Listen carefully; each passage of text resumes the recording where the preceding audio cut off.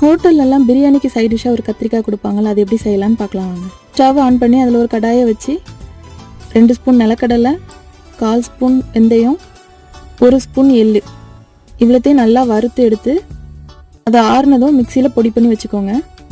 இன்னொரு கடாயில் எண்ணெய் ஊற்றி 4-5 கத்திரிக்காவை நீளமாக வெட்டி தோலோட கலர் மாற வரைக்கும் வறுத்து எடுத்து தனியாக வச்சுக்கோங்க.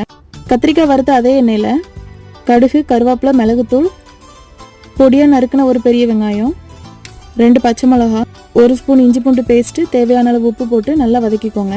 இது கூட 3 ஸ்பூன் குழம்பு மசாலா தூள், 1 ஸ்பூன் கரம் மசாலா, அப்புறம் ஒரு தக்காளியை மிக்சியில் நல்லா அரைச்சி வச்சுருக்கேன்.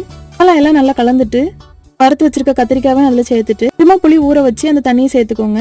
லாஸ்ட்டாக தேவையான அளவு உப்பு, நம்ம அரைச்சி வச்சுருந்த மசாலா எல்லாம் போட்டு நல்லா எண்ணெய் பிரிஞ்சு வர்ற அளவு கொதிக்க விட்டு இறக்குனா சூப்பரான பிரியாணிக்கு சைடிஷ் கத்திரிக்காய் ரெடி.